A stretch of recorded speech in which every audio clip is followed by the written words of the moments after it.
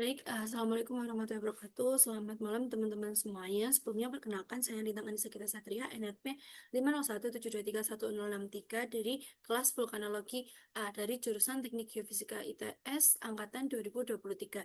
Nah, pada kesempatan kali ini kita sudah sampai di bab 5. Buat teman-teman yang belum nonton bab 1 hingga bab 4 bisa nonton terlebih dahulu karena itu sangat berkaitan ya. Nah, pada chapter 5 atau bab 5 pada kali ini kita itu akan membahas mengenai batuan gunung api, di mana batuan gunung api itu kan merupakan salah satu produk yang utama dari aktivitas vulkanisme. Nah, kita langsung next aja. Nah, eh, sebelumnya kita harus tahu dulu dasar-dasar dari penamaan batuan. Nah, ketika kita itu melakukan pendeskripsian atau deskripsi dan penamaan batuan, itu kita tuh tidak cukup ketika kita itu hanya melihat batuan itu dari pengamatan di lapangan, tapi kita juga harus tahu nih petrologi batuannya, petrografinya, terus mineraloginya, dan juga geokimianya. Nah, dari keempat ini itu bisa membantu kita untuk tahu komposisi batuannya itu seperti apa aja, terus teksturnya itu seperti apa, terus proses pembentukannya itu seperti apa gitu. Nah, tapi untuk batuan gunung api itu ada yang namanya tambahan, yaitu ilmu vulkanologi, di mana batuan api itu kan sangat berkaitan ya dengan mekanisme erupsi gunung api dan juga pendinginan magma gitu. Makanya kita perlu untuk menambahkan ilmu vulkanologi ini. Nah, yang selanjutnya yaitu mengenai petrologi. Petrologi untuk buat kalian yang anak geologi atau geofisika, pasti kalian tuh dapat mata kuliah namanya petrologi. Nah, petrologi itu mempelajari batuan dari pengamatan makro hingga isotop gitu guys. Jadi kayak apa ya? Kayak kita tuh melakukan pengamatan secara makroskopik di lapangan, lalu kita itu akan memeriksanya itu di bawah mikroskop gitu. Terus bisa dianalisis lebih lanjut, dianalisis geokimia, terus bisa ditahu nih, bisa tahu kayak oh batuan ini tuh strukturnya kayak gini, terus kayak dia itu umurnya berapa dan lain sebagainya. Nah, batuan sendiri itu seperti yang kita tahu ya, batuan itu artinya luas. Nah, dia itu mencakup kayak bahan dari gunung api yang masih lepas gitu, atau dia itu termasuk loose material gitu. Nah, dia itu mencakup bahan lepas hingga yang sudah membatu atau litified. Nah, fokus pembahasan kita kali ini yaitu batuan gunung api yang segar, kayak batuan di mana batuannya itu kan kalau misalnya gunung api yang segar dia itu kan batuannya belum mengalami pelapukan, terus erosi, oksidasi, metamorfosis dan lain sebagainya. Tidak teralterasi, belum teralterasi juga. Terus batuan gunung api itu kan banyak banget ya di Indonesia. Nah, entah itu dari aktivitas vulkanisme di masa lalu atau dia itu aktivitas vulkanisme yang sekarang atau gunung api aktif yang yang ada di sekarang gitu. Nah, maka dari itu kita di sini akan membahas mengenai dasar penamaan, pemberian, genesis, dan batuan klastika gunung api.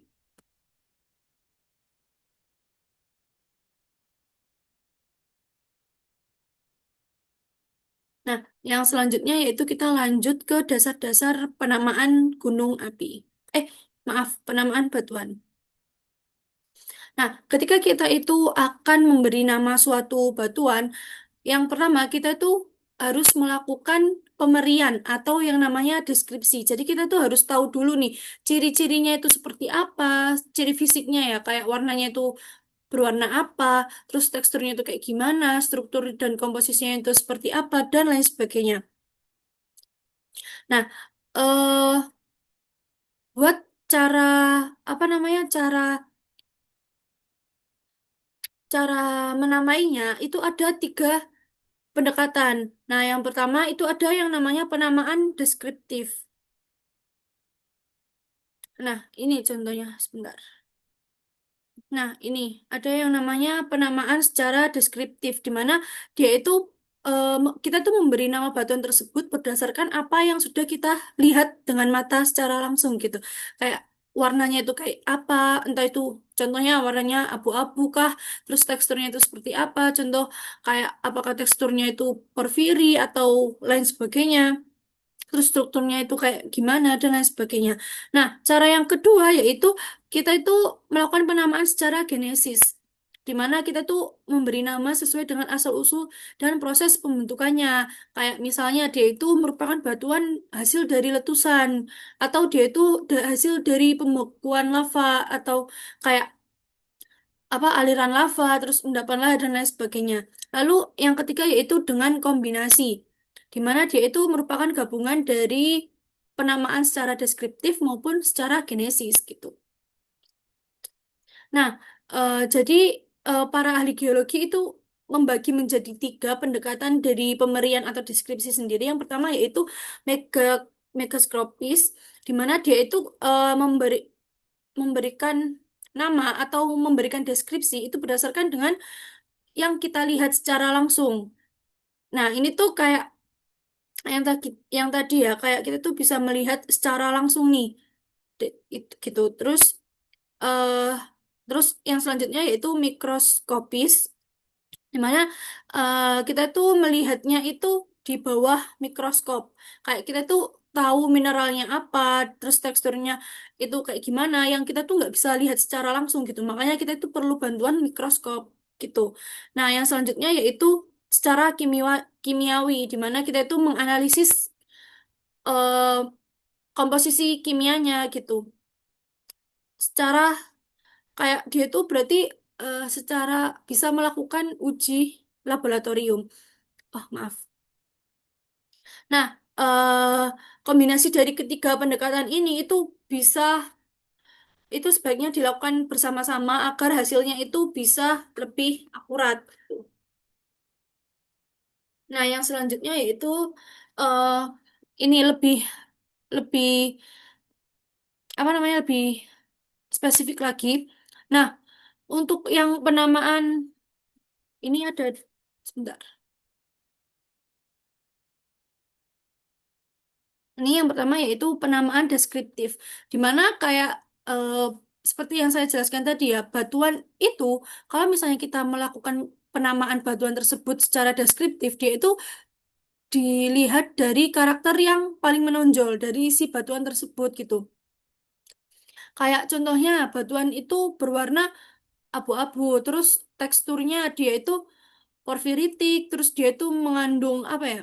Mengandung piroksen dan lain sebagainya. Nah, maka dia itu bisa disebut sebagai batuan andesit porfiri. Dia di itu dinamai berdasarkan dari teksturnya dia gitu. Terus eh, tapi contoh lagi kalau misalnya mineral yang paling dominan dia itu mineral piroksen. Nah, maka dari itu dia itu namanya disebut andesit piroksen. Ini contoh ada contoh batuan apa namanya? Batuan andesit porfiri. Nah, kalau misalnya kita perhatikan nih, nah untuk penamaan secara genesis itu dia itu berdasarkan dari asal-usul dan proses pembentukan batuan sendiri. Nah, contohnya ini ada kubah lava andesit Gunung Merapi, di mana dia itu merupakan batuan yang terbentuk dari aktivitas erupsi kubah lava di Gunung Merapi gitu. Jadi penamaannya itu lengkap sesuai dengan terbentuknya dia gitu. Lokasinya juga dan lain sebagainya gitu. Jadi kayak penamaannya itu lengkap gitu, berasal dari asal-usulnya, kayak berasal dari proses dan juga sumbernya gitu. Nah, selanjutnya yaitu ada penentuan umur. Penentuan umur batuan itu juga penting karena itu juga bisa membantu kita itu memahami kapan si batuan itu tuh terbentuk gitu. Terus ada beberapa cara untuk menentukannya yaitu ada apa namanya? Ada stratigraphy itu berdasarkan posisi dari lapisan batuannya sendiri. Terus ada paleontologi di mana jika kan kita itu bisa menentukan umur batuan itu kan dari fosil, fosil yang ada di suatu batuan ya. Kalau misalnya kita kita itu menemukan fosil di batuan A gitu. Nah, kita tuh ketika meneliti batuan tersebut, kita tuh bisa tahu umurnya si batuan A itu dengan menganalisis oh fosil ini tuh kira-kira ya. Misal ada fosil hewan. Nah, hewan ini dia itu kira-kira tumbuh di tahun berapa sih gitu. Nah, kita tuh jadi bisa tahu kayak oh dalam rentang segini nih berarti terbentuknya gitu. Selanjutnya yaitu ada metode radiometri kayak kayak kalium argon, argon argon, terus uranium thorium dan juga karbon 14. Nah, pokoknya prinsip penting penting ya kalau misalnya kita belajar mengenai apa namanya? Apa kayak stratigrafi gitu. Nah, kita tuh tahu ada yang namanya prinsip penting. Saya agak lupa. Nah, tapi di sini ada beberapa. Nah, di sini yang paling utama yaitu kita mengacu pada the present is the key of the past. Nah, di mana dia itu kita tuh bisa tahu nih, kayak proses yang kita lihat sekarang, kayak proses pembentukan apapun itu, terus aktivitas vulkanik dan lain sebagainya, itu tuh bisa istilahnya tuh kayak bisa memberikan pandangan kepada kita bagaimana batuan itu terbentuk di masa lalu gitu. Nah, untuk batuan gunung api yang dia itu usianya batuan gunung api tua dan sumbernya itu masih belum jelas ya. Nah, dia itu biasanya penamaannya itu pakai lokasi tempat batuan itu tuh tersingkap gitu. Contohnya kayak ini basalt pyroxene Watu Adek gitu. Nah, di mana dia itu merupakan batuan basal yang didominasi oleh mineral piroksen dan dia itu tersingkap jelas di apa namanya? Tersingkap jelas di wilayah Watu Adek. Itu contohnya. Nah, yang selanjutnya yaitu kita beralih ke pengertian gunung api. Nah, seperti yang kita tahu dan kita sudah bahas di bab yang sebelumnya nih, gunung api itu kan merupakan tempat keluarnya magma dan gas dari dalam bumi ke permukaan bumi. Nah, akumulasi material hasil erupsinya di sekitar wilayahnya dia itu akan membentuk bukit atau gunung. Nah, tapi nggak semua nggak semua apa namanya nggak semua gunung api itu berbentuk kerucut kerucut ya. Ada juga berbentuk kayak kaldera yang besar, terus atau bahkan dia itu kerucutnya itu bentuknya nggak jelas dan lain sebagainya. Nah, itu sudah kita bahas juga di bab yang sebelumnya itu bisa dilihat. Nah, nah meski nah, contohnya itu di Indonesia ya, kalau misalnya kita lihat itu kan eh, kebanyakan gunung api di Indonesia itu kan kerucutnya, dia itu kayak membentuk kerucut yang jelas gitu ya. Makanya dia itu orang-orang itu biasanya bilang kalau misalnya gunung itu gunung vulkano atau gunung berapi gitu. Tapi kan apa ya? Kalau misalnya kita lihat nih, walaupun gunung tersebut itu nggak mengeluarkan gas maksudnya nggak mengeluarkan gas aja tanpa dia itu mengeluarkan lava. Nah, dia itu asal dari gas yang keluar tersebut, dia itu berasal dari magma di dalam permukaan bumi kan. Nah, itu masih bisa dikatakan bahwa dia itu merupakan ak- sebagai aktivitas dari gunung api. Nah, jadi gas yang dari magma tersebut itu tuh sudah menunjukkan adanya aktivitas vulkanik di bawah permukaan sendiri gitu.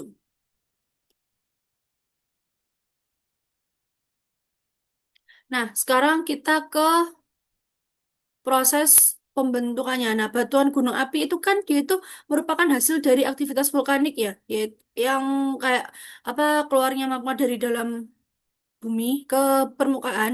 Nah, pembentukannya itu bisa s- di tempatnya langsung atau di mana kayak di luar permukaan, di kan bisa di dalam, bisa di luar gitu. Nah, kalau misalnya dia itu ketika material-material tersebut itu mengalami transportasi dan sedimentasi secara berulang sebelum mengeras jadi batuan, itu juga bisa gitu. Nah, ketika eh, magma itu, magma yang keluar itu, ketika magma itu naik kan, terus dia itu kan pasti akan ber, berasosiasi atau ini kayak bersentuhan dengan udara atau air. Pokoknya material yang lebih dingin gitu kan. Nah, pendinginan itu pasti akan cepat gitu. Maka dari itu kayak terbentuk gelas vulkanik.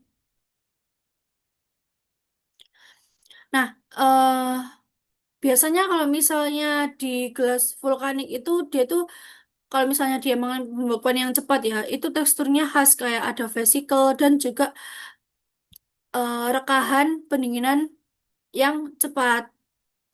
Ini itu bisa menandakan kalau misalnya oh dia itu pembekuannya itu sangat-sangat mendadak gitu. Selanjutnya yaitu ciri dan jenis batuan gunung api. Nah, batuan gunung api itu dia itu mereka itu memiliki karakteristik yang unik-unik dan bisa membedakan mereka dengan batuan beku dan sedimen. Nah, ciri yang paling menonjol itu ya adalah ini teksturnya. Teksturnya itu eh, bisa hipokristalin. Nah, hipokristalin ini eh, kayak mengkristal sebagian gitu. Terus atau vitrofir atau gelas. Itu pokoknya tergantung seberapa cepat magma itu membeku gitu. Nah, kalau misalnya di batuan gunung api itu biasanya ada yang namanya komponen gelas gunung api. Di mana dia itu kan kristal-kristal kecil yang bentuknya itu nggak sempurna karena proses pendinginannya kan sangat-sangat cepat ya atau fast cooling atau super cooling. Nah, biasanya kita itu melihat dia itu kayak struktur yang zoning gitu. Pokoknya akibat pembekuan yang mendadak gitu. Nah, secara komposisi juga kita bisa tahu ya biasanya batuan gunung api dia itu didominasi sama unsur silika. Terus ada juga unsur-unsur yang lainnya, tapi dia itu didominasi dengan bahan-bahan silika gitu. Terus ada, nah struktur batuannya juga ini bisa masif, berongga, atau berlapis. Nah, kalau misalnya kita lihat kan secara komposisi dia didominasi oleh silika. Nah, tapi juga ada kayak FeO, MgO, CaO, dan lain sebagainya. Nah, untuk warna-warna dari batuan sendiri, warna-warnanya mereka itu kalau misalnya warnanya gelap itu biasanya untuk batuan yang basah kayak batu basalt dan lain sebagainya. Terus kalau misalnya warna abu-abu dia itu komposisinya itu kayak menengah gitu. Kayak contohnya itu batuan andesit dan lain sebagainya. Terus untuk yang terang dia itu untuk batuan yang asam kayak riolit. Tapi ada kayak pengecualian ya kalau misalnya kita lihat ini warna obsidian. Dia itu kan warnanya kan hitam. Kayak akan silika juga teksturnya juga eh, gelas gitu kan kayak mengkilap gelas gitu. Nah, itu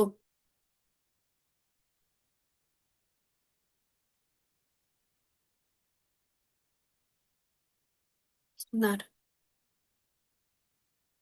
Nah, ini di sini kita bisa lihat endapan-endapan piroklastik ya, di mana setiap endapan itu maksudnya setiap lapisan itu ada perbedaan ukuran butir dan juga perbedaan warna di mana karena dia itu kan menandakan kalau misalnya adanya lapisan adanya aktivitas letusan gunung api yang berulang-ulang kali gitu. Nah, selanjutnya kita bahas mengenai penamaan batuan gunung api secara pemberian.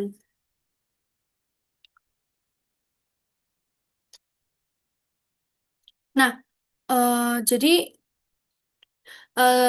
kita kan kita harus tahu dulu.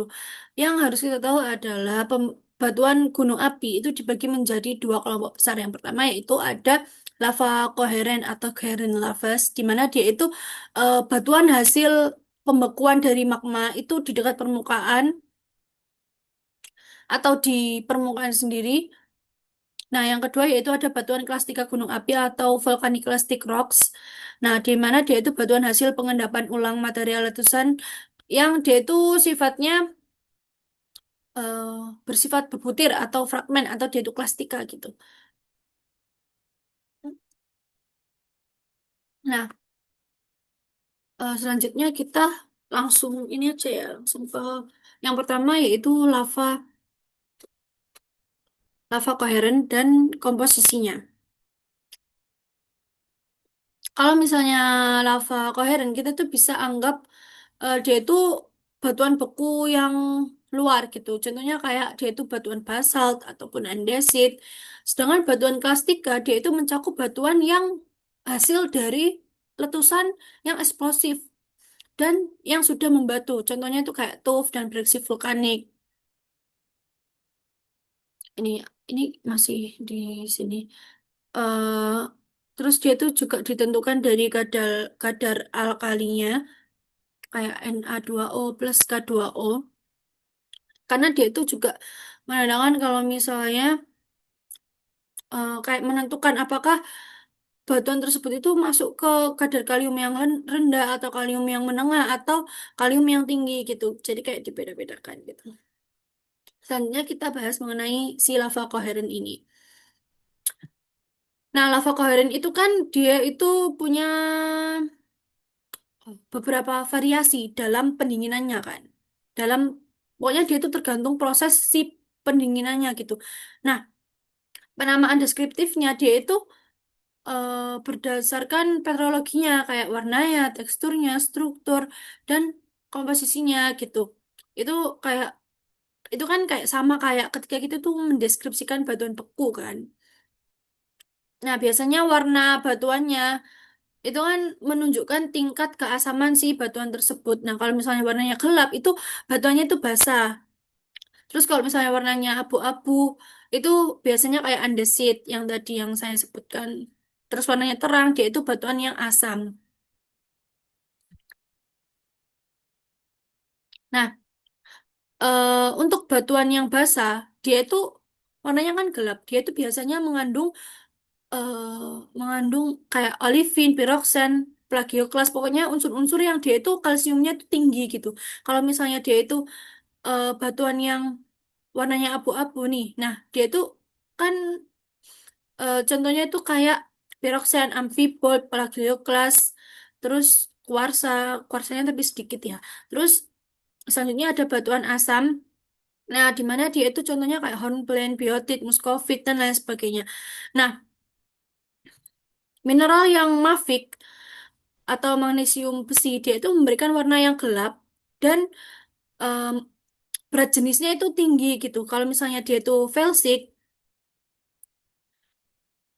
dia itu warnanya itu terang, dia itu akan memberi warna yang terang dan teksturnya itu bisa lebih ringan gitu. Jadi kalau misalnya kita itu menemukan batuan vulkanik di lapangan, itu kita tuh bisa menentukan jenisnya itu bisa dengan cepat ketika kita itu melihat warna dan teksturnya sendiri gitu. Sebelum kita menganalisis lebih jauh ya, kita bisa menentukan dari situ dulu gitu. Nah, ini ada beberapa tabel kayak ini klasifikasi nama lava koheren secara deskriptif megaskopis. Terus ini ada klasifikasi penamaan batuan koheren berdasarkan berat SiO2-nya. Terus ada berdasarkan komposisi kimia oksida utama batuan bekunya. Terus berdasarkan komposisi kimia oksida utama batuan beku setelah dinormalisasi 100% tanpa volatil dan LOI. Terus ada komposisi kimia oksida utama obsidian dan pumice atau batu apung setelah dinormalisir 100% tanpa volatil dan LOI. Ini saya nggak bisa jelasin satu-satu. Ini bisa dilihat tabelnya, ini sudah terlihat rinci. Nah, yang selanjutnya yaitu penamaan batuan gunung api secara pemberian, masih secara pemberian. Nah, Pertama kita itu akan membahas mengenai batuan klastika gunung api. Ya, teman-teman. Nah, batuan klastika gunung api atau dia itu bisa disebut sebagai volcanic clastic rocks, di mana dia itu kan merupakan batuan yang hasil dari aktivitas vulkanik gunung api yang dimana dia itu terbentuknya, jadi dia itu kayak berupa pecahan atau butiran-butiran gitu. Jadi bukan batuan beku yang kompak atau masif, tapi dia itu lebih kayak batuan sedimen. Nah, bedanya mineralnya, dia itu mineralnya dari letusan gunung api gitu.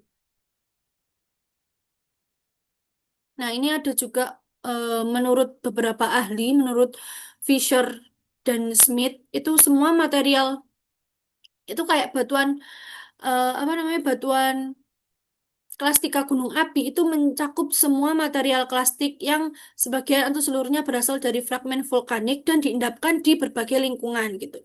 Sedangkan menurut Pat Patty John pada 1975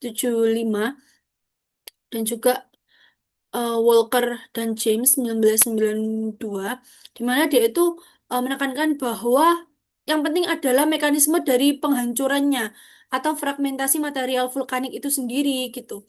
Sedangkan menurut Mathisen, nah dia itu pokoknya selama batuan itu mengandung material vulkanik, berapapun jumlahnya entah itu banyak ataupun sedikit, nah dia itu sudah bisa disebut batuan kastika gunung api gitu. Nah eh, ini ada tabel batuan yang diklasifikasikan sesuai dengan tekstur dan ukuran butirnya. Contohnya kayak ini yang pertama breksi gunung api.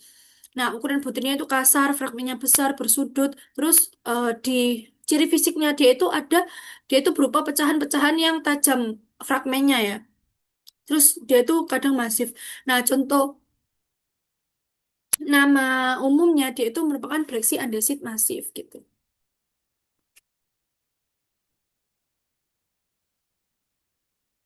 Nah, selanjutnya kita ke parameter deskriptif. Nah, ukuran butirnya dia itu bisa pasir, lanau, lempung. Nah, tapi kalau misalnya kita tahu ya, kalau misalnya kita untuk kayak pasir, lanau, lempung, itu kan biasanya dia itu di batuan sedimen kan. Nah, tapi kalau misalnya dalam konteks ini itu tuh nggak menunjukkan bahwa dia itu batuan sedimen, tapi dia itu hanya menunjukkan ukuran, bukan dari asalnya gitu.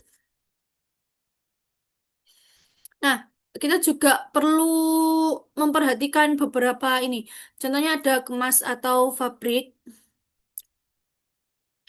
terus eh, ada sortasi, ada warna struktur, dan juga komposisinya.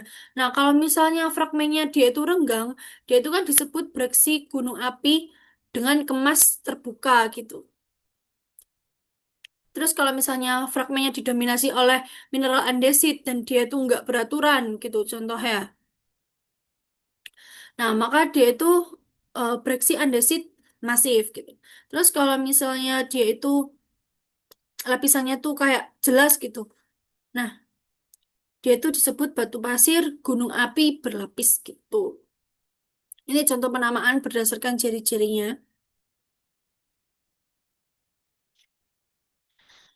Nah, sekarang penamaan batuan gunung api secara genesis. Yang pertama itu ada lava koheren terlebih dahulu. Nah, penamaan batuan gunung api secara genesis sendiri itu kan dilihat, maksudnya kayak dia itu berangkat dari bagaimana batuan tersebut itu terbentuk. Nah, kita bagi menjadi dua kelompok besar yaitu lava koheren, di mana itu kan dia itu pembekuan magma yang keluar ke permukaan. Terus yang selanjutnya yang kita bahas ada batuan kastika gunung api, gitu, di mana dia itu berasal dari pecahan ya, pecahan atau fragmentasi dari material vulkaniknya sendiri. Nah, yang pertama kita bahas mengenai magma, eh, mengenai lava koheren terlebih dahulu. Lava koheren itu kan hasil pembukaan magma yang nggak semuanya itu sampai di permukaan gitu. Kayak dia bisa membeku di bawah atau di dekat permukaan bumi. Nah, contohnya itu ada retas atau dikes dan seal atau kubah bawah permukaan. Nah, untuk kertas sendiri, ciri-cirinya dia itu memanjang, terus vertikal, dan dia itu memotong lapisan batuan di sekitarnya.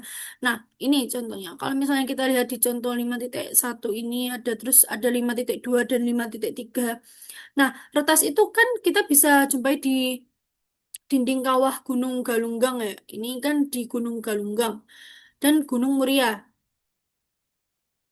Nah, habis itu bagian tepi dari retas biasanya dia itu akan teroksidasi, jadi warnanya itu berubah menjadi merah bata gitu.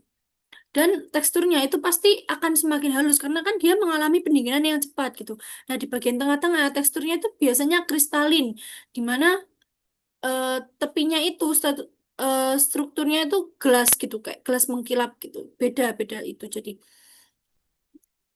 Nah, kalau misalnya kita lihat di seal atau kubah bawah permukaan, contohnya ada di gambar 5.5 ini. Nah, ini kan contohnya ada di Gunung Rakata, Kompleks Krakatau di Selat Sunda.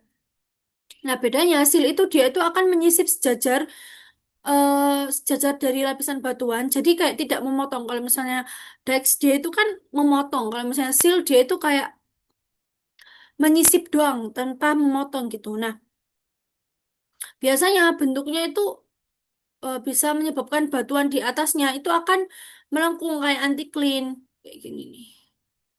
Ini ya contohnya. Ini. Ini kayak dia itu melengkung-melengkung gitu kayak anti clean.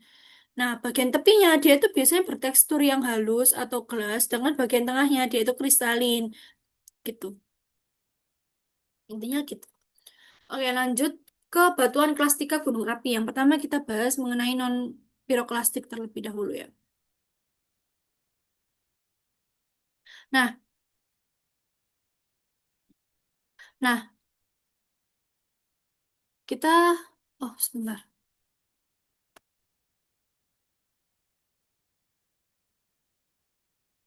Hmm.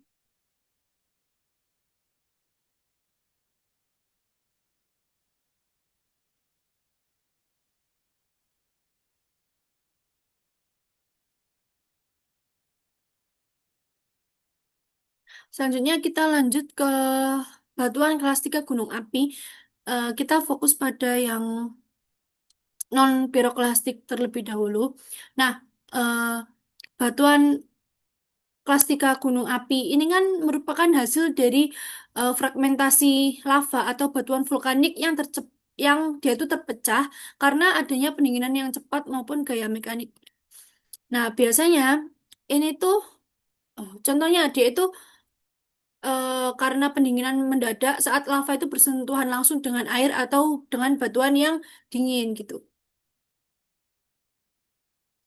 Nah, biasanya dia itu teksturnya itu klastika, di mana dia itu tersusun atas fragmen-fragmen yang lepas, yang lalu dia itu terikat atau menjadi batuan karena adanya matriks itu. Jadi fragmen dan matriksnya itu biasanya homogen, baik dari sisi komposisi maupun dari sisi warnanya, gitu. Nah, berdasarkan proses terbentuknya itu ada tiga kelompok utama. Yang pertama yaitu autoklastik, epiklastik, dan juga ada kata klastik juga. Maaf, ini belum ada yang ketinggalan satu yaitu kata klastik ya. Nah, yang pertama itu kita bahas mengenai autoklastik terlebih dahulu, di mana batuan itu kan batuan yang terbentuk dia itu berasal dari pecahan lava saat soran besar atau volcanic debris avalanche atau sesar aktif gitu. Jadi kayak batuan ini dari pecahan lava yang masih cair dan dia itu membeku dengan cepat. Contohnya dia itu ada di bagian tepi aliran lava atau di sekitar kubah lava yang retak kayak karena ada tekanan dari internalnya sendiri gitu. Terus yang kedua yaitu sebenarnya ini ada tiga ya. Yang kedua yaitu ada kata klastik. Nah, kalau kata klastik itu dia itu terbentuk karena adanya deformasi mekanik longsoran, longsoran. Terus jadi dia itu kayak menghancurkan gunung apinya kan. Nah, karena adanya sesar aktif juga, Karena adanya sesar aktif, maka dia itu memecah batuan vulkanik tersebut gitu. Biasanya ciri-cirinya dia itu fragmennya itu besar. Terus yang selanjutnya yaitu ada epiklastik, yaitu batuan hasil pengerjaan ulang material vulkanik lama oleh proses pelapukan, erosi, dan redeposisi. Pokoknya umumnya batuan yang batuan klastika non piroklastik ini dia itu memiliki sortasi yang buruk dan kemas yang terbuka. Nah, artinya kayak ukuran fragmennya dia itu beragam dan tidak rapat-rapat gitu, kayak tidak kompak gitu.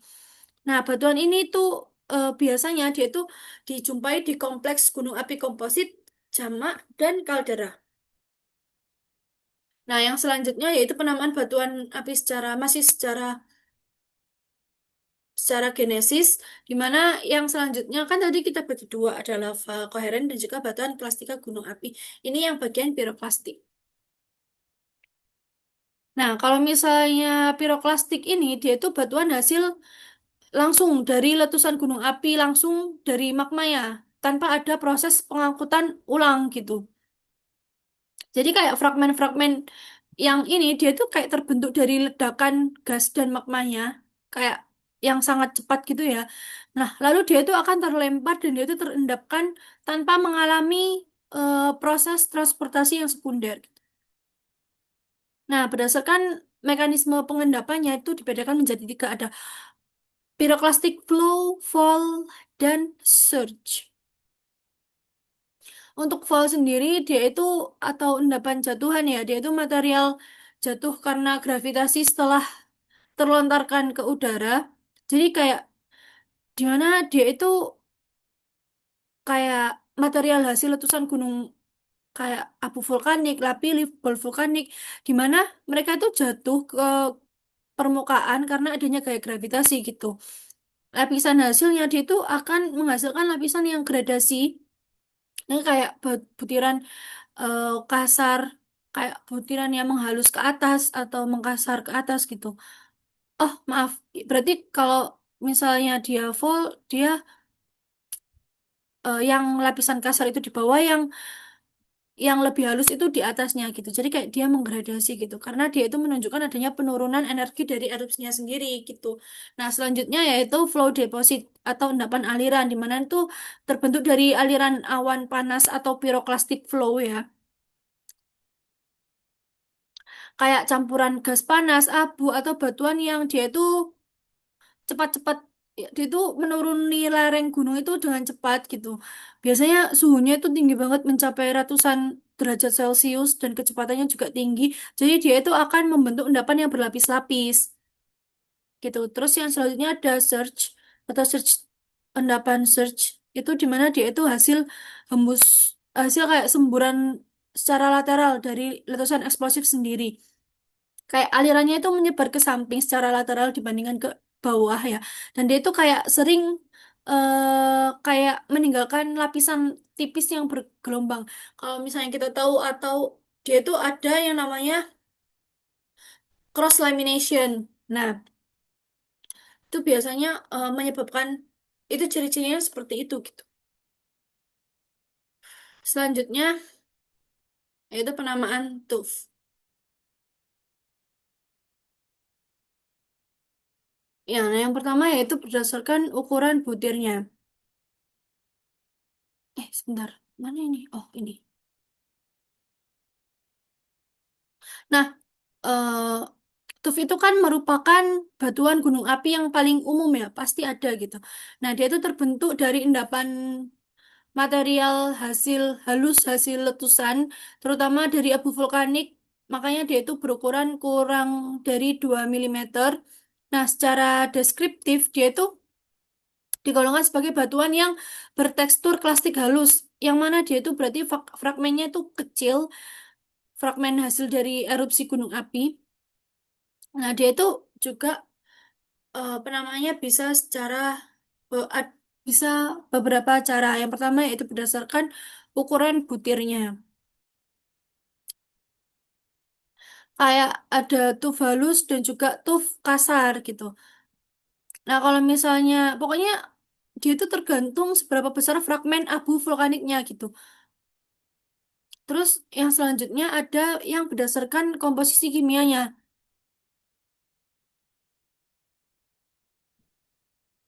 Oh, maaf. Nah, dia itu berdasarkan dari komposisi kimianya. Dia itu bisa diklasifikasikan menjadi tuff basah, tuff menengah, atau asam. Pokoknya dia itu tergantung kadar silikanya dalam material penyusunnya tersebut gitu. Nah, kalau misalnya kandungan silikanya tinggi, tuff itu disebut bersifat asam. Kalau misalnya rendah, berarti dia basah gitu. Lalu ada komposisi pumice dan skora. Nah, kalau misalnya dia itu mengandung banyak pumice atau batu apung, biasanya dia itu warnanya itu lebih terang dan juga dia itu akan ringan gitu. Berarti dia itu disebut tuf pumiceus. Kalau misalnya dia itu mengandung banyak skoria dan warnanya gelap, terus dia itu lebih berat, maka dia itu disebut dengan tuf scoriaceus. Selanjutnya yaitu berdasarkan genesisnya. Nah, di mana dia itu genesis kan dari asal-usul pembentukannya ya. Tuf itu secara primer maupun sekunder gitu. Kalau primer dia itu langsung dari proses piroklastik kayak endapan endapan fall, flow dan surge tadi. Kalau misalnya sekunder dia itu terbentuk karena eh kayak oleh kayak proses turbidit arus bawah laut, terus ada fluviatil sungai yang mengendapkan kembali si abu vulkanik tersebut gitu. Oke, sekian penjelasan dari saya di bab 5 ini. Terima kasih sudah menonton. Mohon maaf kalau misalnya ada kata yang salah dan kurang berkenan. Sekian, terima kasih. Wassalamualaikum warahmatullahi wabarakatuh.